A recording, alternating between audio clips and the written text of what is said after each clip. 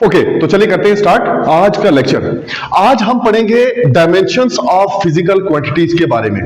Physical quantities की आपने पढ़ा था, फिजिकल क्वांटिटीज क्या होती हैं जिसको हम मेजरमेंट कर सके, जिसको मेजर कर सके। ठीक है, तो वो फिजिकल क्वांटिटीज आपने दो किस्म की पढ़ी थी, उसमें फंडामेंटल क्वांटिटीज और डिराइव्ड क्वांटिटीज क्या होती है। तो फंडामेंटल में आपको मैंने खास तौर पर तीन क्वांटिटीज के बारे में बताया था। एक मैंने आपको बताया कि इसमें टाइम ऐसा है ना कि जिसके लिए आपको अलग से कोई फॉर्मूला नहीं मिलेगा। आप ये नहीं कह सकोगे कि time is equal to this speed होता है डिस्टेंस अपॉन टाइम, लेकिन टाइम अलग से किसके इक्वल होता है। ये एक फंडामेंटल क्वांटिटी यानी अपने आप में ही एक ये क्वांटिटी है, किसी से इसको डिराइव नहीं किया हुआ। ठीक इसी तरह मास आ गया, टाइम आ गया, टाइम मैंने बता दिया आपको, उसके बाद लेंथ आ गई। तो ये तीन ऐसी चीजें ना जो फंडामेंटल क्वांटिटी है, खास तौर पर और भी होती है, लेकिन ये आमतौर पर हम यहां पे यूज करेंगे। ठीक है, अब ये एम आ गया आपके मास के लिए एम आ गया, लेंथ के लिए एल आ गया, टाइम के लिए टी आ गया। ये तीनों चीजें पता चल गई, ये है फंडामेंटल क्वांटिटीज। अब हर फिजिकल क्वांटिटी जो होती है ना, उसका दूसरी फिजिकल क्वांटिटीज के साथ कोई ना कोई रिलेशन होता है, जो डिराइव्ड क्वांटिटीज होती है। क्योंकि डिराइव्ड तभी हुई कि किसी से उसको निकाला गया, उसको डिराइव किया गया, है ना। तो ये जितने भी आप पढ़ोगे ये फिजिकल क्वांटिटीज, ये डिराइव्ड क्वांटिटीज हैं। इसका लिंक क्या होता है दूसरी क्वांटिटीज के साथ, या दूसरी डिराइव्ड क्वांटिटीज के साथ, या दूसरी फंडामेंटल। जो इसका रिलेशन होगा ना, वो फंडामेंटल क्वांटिटीज के साथ भी हो सकता है और डिराइव्ड क्वांटिटीज के साथ भी। लेकिन यहां पे सिर्फ हम डिराइव ले रहे हैं, क्योंकि तभी तो ये बनेगी। दूसरे फॉर्मूले इसके अगर होंगे तो, अगर इसके फॉर्मूला है तो इसका मतलब इसको डिराइव किया गया, तो मतलब डिराइव्ड क्वांटिटीज है, ना कि फंडामेंटल। और फंडामेंटल से इसको डिराइव किया जा सकता है, या फिर डिराइव्ड से भी इसको डिराइव किया जा सकता है। आगे डिराइव्ड क्वांटिटीज होगी जिनको कुछ ना कुछ करके डिवाइड या मल्टीप्लाई करके इस डिराइव्ड क्वांटिटी को बनाया जा सकता है। डिराइव्ड से डिराइव्ड बन सकता है, फंडामेंटल से डिराइव बन सकता है, लेकिन फंडामेंटल खुद से अकेला होता है, वो किसी से नहीं बनता, वो अपने आप में एक फिजिकल क्वांटिटी होती है। ठीक है, तो इसका क्या रिलेशन है उसके साथ, ये क्या होता है डायमेंशन फॉर्मूला। जो आप फिजिकल क्वांटिटीज के रिलेशंस देखोगे, उसका डायमेंशन फॉर्मूला क्या होता है, और लास्ट पे एसआई यूनिट क्या होता है उसका। बहुत आसान है, देखो जैसे ये फर्स्ट एरिया।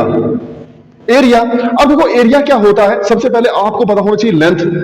कोई भी डिस्टेंस आप कवर करोगे लेंथ वाइज, अगर उसकी डायमेंशन 1 ही है, मैं इस बोर्ड की बात करूं तो यहां से यहां तक या यहां से यहां तक इसकी लेंथ ले सकते हैं।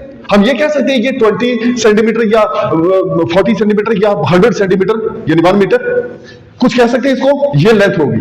अब इसकी इधर ये क्या आ गई, ये ब्रेथ आ गई। इसके अलावा इसका कुछ है लेंथ ब्रेथ, ये भी क्या है लेंथ ब्रेथ, तो ये एक रेक्टेंगल हो गया।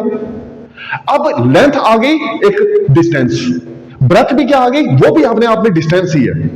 लेकिन जरा सोचो कि अगर मैं डिस्टेंस की बात कर रहा हूं, तो डिस्टेंस को मेजर किस में करते हैं, लंबाई है ना, लेंथ है, मीटर में करेंगे, है ना। तो लंबाई ये आ गई, चौड़ाई भी तो लेंथ ही है ना एक किस्म से देखा जाए तो, वो भी तो डिस्टेंस ही है। यहां से यहां तक का डिस्टेंस वो चौड़ाई है, वो भी तो उसको हम लेंथ से लिंक कर सकते हैं, ब्रेथ को भी मीटर में ही नाप सकते हैं। तो इसका मतलब एल, और ये भी एल आ गया, ये भी लेंथ में हम उसको मेजर। मैंने कहा ना जितने भी डिस्टेंसेस होते हैं उसको आप लेंथ में एल में मेजर करोगे, यानी मीटर में मेजर करोगे, वो तो उसके ऐसे यूनिट्स होंगे। लेकिन डायमेंशन फार्मूला के लिए आपको तीन ही चीजें, या तो एम है, या एल है, या टी है। तो मुझे ये बताओ डिस्टेंस को क्या आप, एम होता है मास, किलो में लोगे डिस्टेंस को, किलो में लोगे नहीं ले सकते ना डिस्टेंस को, या मीटर होगा, किलोमीटर होगा, सेंटीमीटर होगा, मिलीमीटर होगा, कुछ भी होगा, लेकिन आप किलोज में नहीं ले सकते। अच्छा टी टाइम, मतलब अगर लेंथ की बात कर रहा हूं, क्या हम बोल सकते हैं इसकी लंबाई कितनी है, 5 मीटर लंबाई है इसकी, 10 घंटे लंबाई है इसकी। क्या मतलब टाइम के साथ इसका कोई लिंक नहीं है, इसका मतलब सिर्फ लिंक है तो किसके साथ, एल के साथ। तो अगर मैं एरिया की बात करूं तो ये देखो, ये लेंथ, ये ब्रेथ। अगर मैं चाहूं कि इस पूरे बोर्ड का एरिया कितना है, तो हम आराम से निकाल सकते हैं। हम ये देखें, मान लो 100 सेंटीमीटर ये है लेंथ इसकी, और 50 सेंटीमीटर मान लो इसकी ब्रेथ है, ये सपोज कर रहे हैं हम। ठीक है, 100 इंटू 50 कर दो, मल्टीप्लाई कर दो, लेंथ इंटू ब्रेथ कर दो, इस पूरे का बीच का एरिया आ जाएगा। तो 100 इंटू 50 करोगे, ठीक है, तो कितना आ जाएगा 5000। 100 को 5 से करोगे तो 500 आता है, तो 50 से करोगे 5000 आएगा, तो 5000 सेंटीमीटर स्क्वायर आप बोल दोगे इसको। ठीक है ना, मतलब लेंथ इंटू ब्रेथ करोगे तो एरिया आ जाता है। इसी तरह से मैंने यहां पे लिखा एरिया होता है लेंथ इंटू ब्रेथ, तो ब्रेथ भी अपने आप में लंबाई ही है। ठीक है, इसलिए अब मुझे बताओ, बहुत आसान, जब मैंने आपको बोला कि तीन ही चीजें हैं, मास, लेंथ, टाइम, अब जरा यहां सोचो कि अगर हम यहां लेंथ की बात कर रहे हैं तो लेंथ और ब्रेथ भी एक लेंथ ही है, तो एम वजन कितना होगा लंबाई का? लेंथ का वजन होता है ना। अगर मैं कहूं डिस्टेंस का कितना वजन होता है? नहीं, तो एम के ऊपर 0 लिख दो, क्योंकि एम है मास के लिए, तो वजन इसका नहीं होगा। मास वजन होता ना, तो वो उसका नहीं है। अच्छा, एल लंबाई होती है डिस्टेंस की, या एरिया में जो लेंथ और ब्रेथ होती है उसकी लंबाई होती है? हाँ, लंबाई ही तो होती है, और क्या होता है? सिर्फ लंबाई होती है। तो उसके लिए आप एल के ऊपर 2 लिखोगे। अच्छा, ये 2 क्यों लिखा, 1 क्यों नहीं? क्योंकि लेंथ के लिए 1 एल, ब्रेथ के लिए भी 1 एल, तो कितने एल हो गए? 2। तो एल के ऊपर 2 आ गया। लेंथ इंटू ब्रेथ है ना, दो चीजें हैं, तो एल 2 आ गया। क्या टाइम होगा?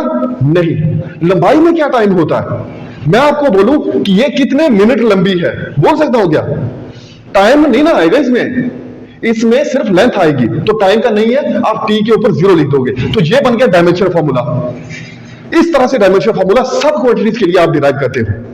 लेकिन सबसे पहले यहां पे देखो, अगर इसके आप ऐसा यूनिट की बात करते हो, ये सिर्फ देखो, आपको सिर्फ फिजिकल क्वांटिटी का रिलेशन पता होना चाहिए। डायरेक्टली अगर पूछा जाए कि एरिया के डायमेंशन फॉर्मूला क्या है, तो मुश्किल होगा बताना। जब आपको यह पता चल गया कि एरिया किस क्वांटिटीज के इक्वल होता है, वो ये एक फंडामेंटल क्वांटिटी है, ये भी फंडामेंटल क्वांटिटी है। लेंथ है भाई, ब्रेथ भी लेंथ ही होती है एक किस्म की, तो इसका मतलब दोनों फंडामेंटल क्वांटिटीज है, तो उसके साथ रिलेशन का पता चला, तो तब हम बता सकते हैं 1 एल 2 एल, 2 ही एल होंगे यहां पे, तो बाकी कुछ भी नहीं होगा, ना इसका मास होगा ना इसका टाइम होगा। तो एल एम और टी दोनों के ऊपर 0, इसके ऊपर 2 आ गया। यहां समझ आ गया? अब दूसरी चीज, ये कैसे आया मीटर स्क्वायर? लंबाई को किस में नापते हैं? मीटर में। चौड़ाई को किस में नापते हैं? मीटर में। मीटर मीटर कितना हो गया? मीटर का स्क्वायर, तो मीटर का स्क्वायर लिख दिया 2 बार, ठीक है। मीटर इंटू मीटर, मीटर का स्क्वायर, बेसिस से पावर एडिड। ओके, तो यहां पे देखो जरा, वॉल्यूम। वॉल्यूम क्या चीज होती है? कोई भी 3 डायमेंशन चीज हो, 3 डायमेंशन समझते हो, जैसे बॉटल होगी, ठीक है, ये भी 3 डायमेंशन है। ये मार्कर भी 3 डायमेंशन है, लेंथ ब्रेथ के साथ इसकी हाइट भी होगी। ये 2 डायमेंशन है चीज, और ये हाइट आ गई तीसरी डायमेंशन।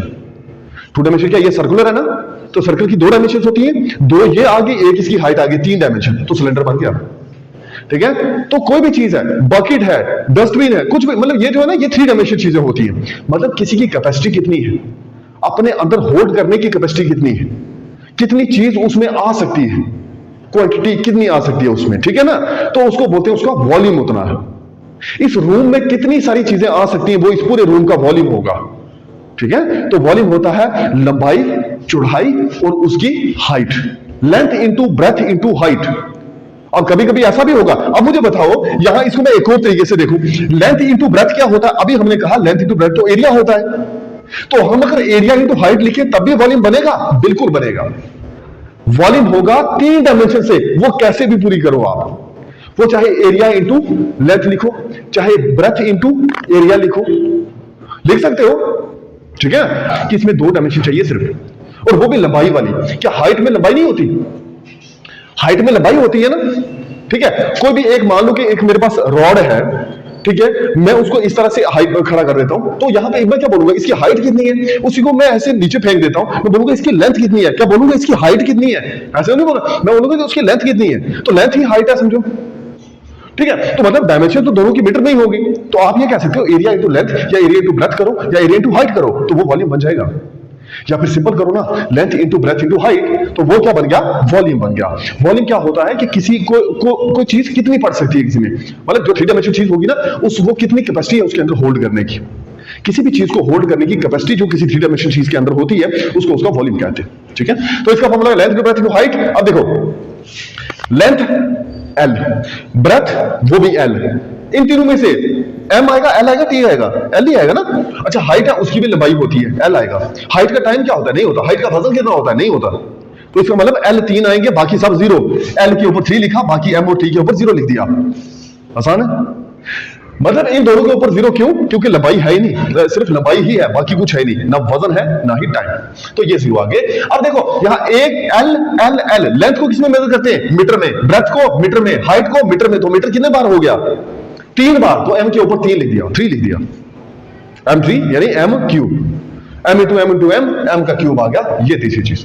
अब आगे देखो डेंसिटी क्या होती है? डेंसिटी का मतलब होता है घनत्व, ठीक है। अब जैसे इस रूम में मान लो कि आप 100 बचे हो, ठीक है, अगर यहां पे इसी रूम में 200 करते हैं, मुझे बताओ, पहले ज्यादा थे तो बाद में ज्यादा हुआ ना, तो बाद में डेंसिटी ज्यादा हो गई, घनापन ज्यादा हो गया। पहले डेंसिटी कम थी, वॉल्यूम सेम होने पर जब ज्यादा कैपेसिटी अंदर वो आप उसके डालो, उसकी कैपेसिटी से ज्यादा तो नहीं, लेकिन कम से कम जब पहले से थोड़ा ज्यादा डाल दो तो वो क्या होगी, उसकी कैपेसिटी बढ़ जाएगी, मतलब उसका डेंसिटी बढ़ेगी।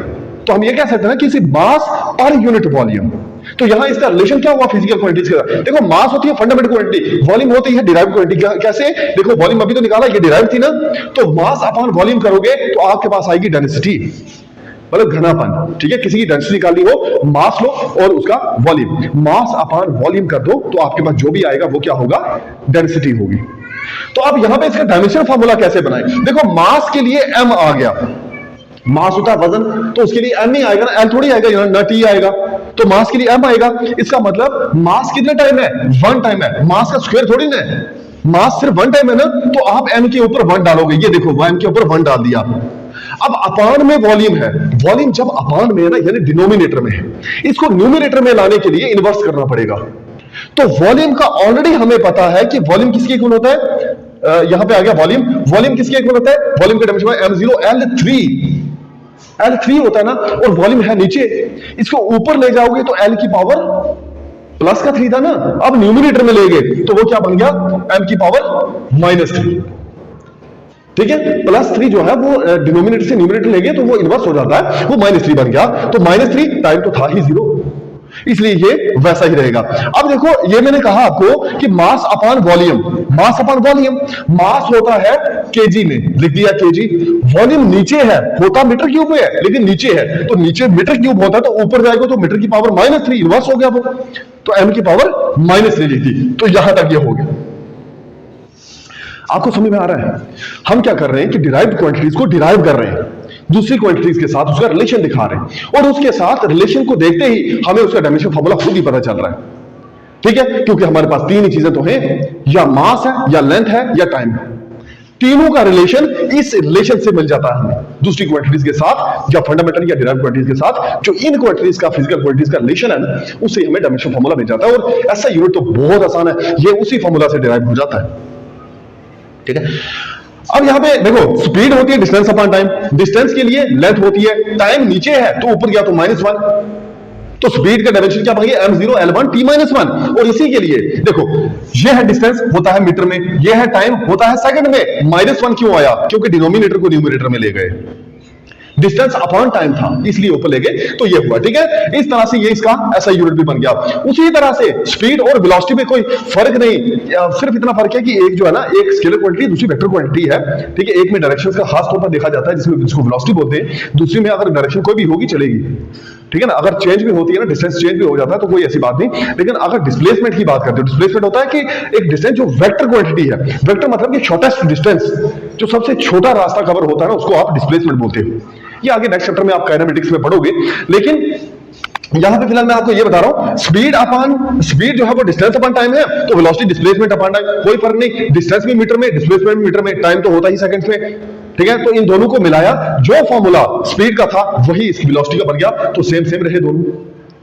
अब एक्सेलरेशन क्या होती है, चाहे आप स्पीड अपॉन टाइम करो, चाहे आप वेलोसिटी अपॉन टाइम करो, आपके पास जो चीज, जो क्वांटिटी आएगी वो क्या होगी, एक्सेलरेशन। अब स्पीड अपॉन टाइम बोला, जो स्पीड के डायमेंशंस है उसको टाइम से डिवाइड कर दो। टाइम के यूनिट्स क्या हो, टाइम के यूनिट्स तो हो गए सेकंड्स में, लेकिन टाइम किसमें आपका, टी में, वो टी डिनोमिनेटर में होगा, क्योंकि वेलोसिटी अपॉन टाइम बोला ना मैंने, या वेलोसिटी अपॉन टाइम या स्पीड अपॉन टाइम। तो टाइम जब ऊपर जाएगा तो वो इन्वर्स हो जाएगा, तो t-1 हो जाएगा। ऑलरेडी कितना था वो स्पीड के लिए, वो था m0 L1 t-1, एक और ऊपर आया तो -1 -2 होता है, तो यहां पे -2 बन गया। तो इसीलिए मीटर, ये जो एक्सेलरेशन है उसके ऐसा यूनिट भी बन गए, मीटर पर सेकंड का स्क्वायर, या मीटर सेकंड -2, जो वो इनवर्स जो है ना, स्क्वायर इनवर्स, वो इसलिए क्योंकि डिनोमिनेटर से न्यूमरेटर में गया। जब डिवाइड करते हो ना, तो नीचे से चीज ऊपर आती है तो इनवर्स हो जाती है, बस और कुछ नहीं। ठीक, एक्सेलरेशन। फोर्स क्या होती है, अच्छा फोर्स अगर सिंपली देखा जाए तो फोर्स आप छोटी क्लासेस में पढ़ते आ रहे हो, 9th में 10th में आपने पढ़ा। ठीक है, फोर्स होती है एनी पुश और पुल, कोई भी पुश या पुल करना जिससे बॉडी अपनी जगह को बदल दे। कोई भी बॉडी या कोई भी चीज जब अपनी पोजीशन बदल दे, वो कब बदलेगी, या तो उसको खींचोगे या उसको धक्का दोगे तो अपनी जगह बदल देगी। तो वो हमने क्या किया, उस पुश या पुल को बोलते हैं फोर्स। तो फोर्स का डायरेक्ट फॉर्मूला क्या है, देखो फोर्स का फॉर्मूला होता है क्या, मास इनटू, देखो डिपेंड करता है ना भाई, डिपेंड करता है कि उसका वजन कितना था। ज्यादा वजन हुआ होगा तो फोर्स ज्यादा लगानी पड़ेगी कि डिस्टेंस कवर हो थोड़ा सा। अगर कम वजन होगा ना किसी चीज का, तो वो उसको कम ही फोर्स लगाने की जरूरत है ताकि वो डिस्प्लेस कर जाए, अपनी जगह कम से कम बदल दे, तो उसको हम बोलते हैं फोर्स। ठीक है, तो मास इनटू एक्सेलरेशन। एक्सेलरेशन क्या मतलब, थोड़ा एक्सेलरेट कर दे, वो थोड़ा सा अपनी जगह पोजीशन को बदल दे। एक्सेलरेशन का मतलब यही होता है ना, चेंज इन वेलोसिटी। वेलोसिटी के बदलने को ही एक्सेलरेशन बोलते हैं, चेंज इन वेलोसिटी। ये देखो मैंने यहां पे लिखा ना, rate of change of velocity या rate of change of speed is called acceleration. ये एक्सेलरेशन था। तो मास इनटू एक्सेलरेशन करेंगे, मास के लिए m1 होगा, एक्सेलरेशन के लिए वही डायमेंशन होगी जो यहां थी। एक्सेलरेशन m0 था, अब m1 हो गया, बाकी same m1 l1 t-2 same to same है, सिर्फ मास आ गया बीच में। कहां से आया ये देखो ना, इसकी वजह से m के ऊपर 1 आ गया, पहले 0 था तो बाकी तो सेम रहा। तो इसको हम बोलते हैं क्या, ये फोर्स की डायमेंशन फॉर्मूला है। और फोर्स के ऐसे यूनिट्स क्या होते हैं, न्यूटन। ओके, ये न्यूटन होता है। और देखो न्यूटन में होता है ये ऐसा यूनिट। ठीक है, आपने बहुत सारे यूनिट्स पढ़े थे, MKS, CGS। तो CGS सिस्टम में पता क्या होता है, इसका डाइन होता है, DYNE। और आपको पता होना चाहिए, हालांकि मैं डिराइव करके भी आपको बता दूंगा कि 1 लाख डाइन जो है 1 न्यूटन के इक्वल होती है। ठीक है, तो ये है फोर्स। अच्छा, वर्क क्या है, देखो वर्क का मतलब सीधा है काम। काम कब होता है, जब कम से कम आपको मैं बोलूं कि यहां पे ना इस चेयर को इधर ले आओ, तो आप क्या करोगे, उसको फोर्स लगाओगे। ठीक है ना, फोर्स लगाओगे ना, तो और क्या होगी उसमें, डिस्प्लेसमेंट हो जाएगी। फोर्स लगाओगे तो थोड़ी सी वो डिस्प्लेस करेगी अपनी जगह से, तो तब जाके बोलेंगे कि आपने काम कर दिया। अगर मैं बोलूं कि चेयर को इधर ले आओ, आपने उसको फोर्स लगाई, वो वहां से हिले भी ना, तो आपने वर्क किया, काम किया नहीं किया, क्योंकि डिस्प्लेसमेंट ही नहीं हुई उसमें। मैं बोल रहा हूं उसको यहां पे ले आओ, आपने ले आया, आपने काम ही नहीं किया। तो सिंपल सी बात है ना। तो इसका मतलब फोर्स इनटू डिस्प्लेसमेंट। फोर्स लगाओगे, डिस्प्लेसमेंट होगी, तब जाके वर्क होगा, अदरवाइज वर्क में जीरो होगा, वर्क जीरो होगा। ठीक है, अगर आप फोर्स लगा रहे हो, जहां पे वो चीज थी उससे भी पीछे चली गई, वो क्या हो गया, नेगेटिव वर्क हो गया। अगर वहीं पे रही, जीरो वर्क हो गया। अगर आप ले आए यहां तक, तो पॉजिटिव वर्क हो गया। वो वर्क 3 किस्म का, पॉजिटिव, नेगेटिव और जीरो। ठीक है, तो ये ये होता है फोर्स इनटू डिस्प्लेसमेंट, वर्क। तो फोर्स की डायमेंशन भी लगा दी। डिस्प्लेसमेंट के लिए क्या होता है, डिस्प्लेसमेंट खाली लेंथ होती है, L1 था, यहां पे 2 आ गया, बाकी सेम टू सेम। देखो कुछ नहीं है, एक में से दूसरा ही डिराइव हो रहा है। यहां पे क्या था, फोर्स था, ये क्या था, फोर्स। हाँ, फोर्स के लिए m1 l1 t-2, लेकिन साथ में जब डिस्प्लेसमेंट आ गई तो खाली l ही बड़ा होगा ना, डिस्प्लेसमेंट पे लेंथ ही तो होती है, तो लेंथ बढ़ा दी, एक 2 कर दी, 1 की जगह 2 कर दिया, बाकी सेम रखा। तो वर्क के ऐसे यूनिट्स क्या होते हैं, जूल में होते हैं। ठीक है, जूल्स, किलो जूल, बड़े यूनिट्स इसके। ठीक है, लेकिन आप इसको जूल बोलोगे। अच्छा, मुझे ये बताओ, जूल के अलावा अगर इस वर्क के यूनिट्स को कुछ और कहना पड़े तो क्या करोगे, क्या कहोगे इसको। देखो, इसको आप बोल सकते हो, फोर्स के क्या होते हैं, न्यूटन। डिस्प्लेसमेंट क्या होते हैं, मीटर। तो न्यूटन मीटर भी बोल सकते हो, या जूल्स बोलो या न्यूटन मीटर बोलो, NM, आप कुछ भी बोल सकते हो। ठीक है, तो इससे क्या होगा, यूनिट्स दोनों, चाहे जूल्स बोलो चाहे न्यूटन मीटर बोलो, एक ही बात हो। मोमेंटम, क्वांटिटी ऑफ मोशन करते, कोई भी बॉडी, कोई भी चीज कितना मोशन कर सकती है, कितना मूवमेंट कर सकती है, वो मोमेंटम होता है उसका। The quantity of motion contained in a body is called its momentum. Mass into velocity जब आप करोगे, ठीक है, वजन कितना होगा, कम वजन होगा तो ज्यादा स्पीड होगी या ज्यादा वेलोसिटी होगी, या ज्यादा वजन होगा तो ज्यादा वेलोसिटी होगी, ये उसका मोमेंटम कहलाता है। ठीक है, तो ये हो गया मास इनटू वेलोसिटी। तो मास होता है केजी में, वेलोसिटी होता है मीटर पर सेकंड, तो ये लिख दिया इसका ऐसा यूनिट। तो ये डायमेंशन फॉर्मूला क्या होगा, मोमेंटम मास इनटू वेलोसिटी। मास के लिए m1, वेलोसिटी के लिए आप यहां पे देख सकते हो, वेलोसिटी m0 था, अब 1 बन गया क्योंकि मास लिखा हुआ है। वेलोसिटी की डायमेंशन थी L1 t-1, तो लिख दिया L1 t-1, वहां से ही देख के, बहुत ज्यादा आसान है ये। ठीक है, एक फॉर्मूला निकल गया ना, उसी से डिराइव कर रहे हैं हम दूसरे। अब यहां पे क्या है, पावर। पावर क्या होता है, आप वर्क कर रहे हो, कितने टाइम तक किया आपने, work per unit time, given time में कितना वर्क किया, उसको उसकी पावर बोलते हैं। ऐसा यूनिट इसके वॉट होते हैं, या फिर आप इसको लिख सकते हो, वर्क के होते हैं जूल, टाइम के होते हैं सेकंड, तो जूल सेकंड इनवर्स भी लिख सकते हो, या फिर वॉट कह लो उसको, पावर की ऐसा यूनिट वॉट होते हैं। तो पावर वर्क अपॉन टाइम हो गया। वर्क की डायमेंशन अभी हमने निकाली, वर्क ये है m1 L2 T - 2। तो m1 L2 T - 2 था ना, एक टाइम नीचे था और आ गया ऊपर, तो -1 बन गया। -2 - 1 कितना होता है? -3। ये देख लो, टी के ऊपर -3 लिखे, ठीक है। वर्क के यूनिट्स और टाइम जो है वो डिनोमिनेटर से न्यूमरेटर आ गया, तो वो -1 यूनिट्स और जुड़ गए उसमें, तो टाइम -1 और हो गया, यानी -2 - 1 -3 हो गया। इसी तरह प्रेशर, प्रेशर क्या है? Force per unit. एक गिवन एरिया पर आप फोर्स कितनी अप्लाई कर रहे हो, वो उसका प्रेशर होता है। अच्छा, ये इनवर्सली प्रोपोर्शनल है। कैसे? ये मैंने एरिया नीचे रखा, इसका मतलब क्या हो गया? आपने कभी, आप मुझे बताओ, आपके पास ये जो बैग्स होते हैं, है ना, इसकी ये जो स्ट्राइप्स है जो हम यहां पे इसको लगाते हैं, वो थोड़ी चौड़ी होती है। अगर ये पतली होती तो क्या होता? आपको ज्यादा कंफर्टेबल आप होते, या मोटी होती तो ज्यादा कंफर्टेबल हो? ये मोटी है या चौड़ी है तो ज्यादा कंफर्टेबल है ना। क्यों? क्योंकि इसका एरिया ज्यादा बन गया। जब एरिया ज्यादा होता है तो प्रेशर कम लगता है, इनवर्सली प्रोपोर्शनल है। अगर एरिया कम होगा ना, कम एरिया पे अगर फोर्स लगाओगे तो वो ज्यादा लगेगी, अगर ज्यादा एरिया पर लगाओगे तो वो कम फोर्स लगेगी, कम प्रेशर महसूस होगा वहां पे, ठीक है। फोर्स अपॉन एरिया, एरिया नीचे है वो इनवर्सली प्रोपोर्शनल है किसके? प्रेशर के, ठीक है। एरिया ज्यादा प्रेशर कम नहीं लगेगा, एरिया कम है तो प्रेशर ज्यादा लगेगा, ठीक है ना। अगर ये मार्कर है, इसको मैं तोड़ना चाहता हूं प्रेशर लगा के, तो टूट जाएगा। अगर यही बहुत ज्यादा एरिया वाला होता, उसको तोड़ता, नहीं टूट सकता। क्यों? क्योंकि एरिया ज्यादा है तो प्रेशर कम लगता है, एरिया कम है तो प्रेशर ज्यादा लग सकता है, ठीक है। तो ये होता है प्रेशर, फोर्स अपॉन एरिया। तो फोर्स की यूनिट हमें पता, एरिया की यूनिट हमें पता है, तो दोनों को मिलाया तो आंसर आ गया। m1 फोर्स का क्या होता है? m1 L1 T - 2, m1 L1 T - 2, L1 है ना, तो यहां एरिया के लिए L2 होता है, तो 1 - 2 करा तो -1 आ गया। -2 क्यों किया? क्योंकि डिनोमिनेटर को न्यूमरेटर में लाया, इनवर्स हो गया है, तो वो -1 बन गया। तो इसके देखो, फोर्स होता है न्यूटन, एरिया होता है मीटर स्क्वायर, लिख दिया, स्क्वायर को ऊपर जाके इन्वर्स कर दिया, वो अलग बात है।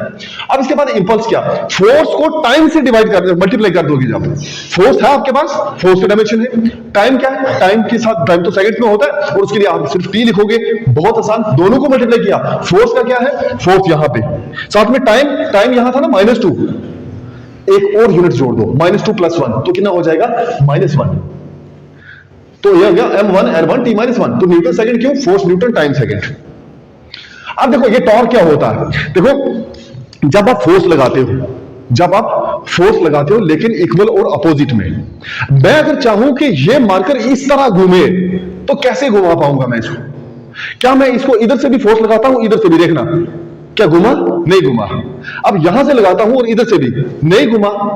इसका मतलब फोर्स लगानी है हमें, बट अपोजिट डायरेक्शन में। एक इधर लगाऊंगा, एक इधर लगाऊंगा। अब देखो ना, ये घूम गया, क्योंकि ये फोर्स इधर लगी है, ये इधर, बट लगी इक्वल है, लेकिन लगी अपोजिट है।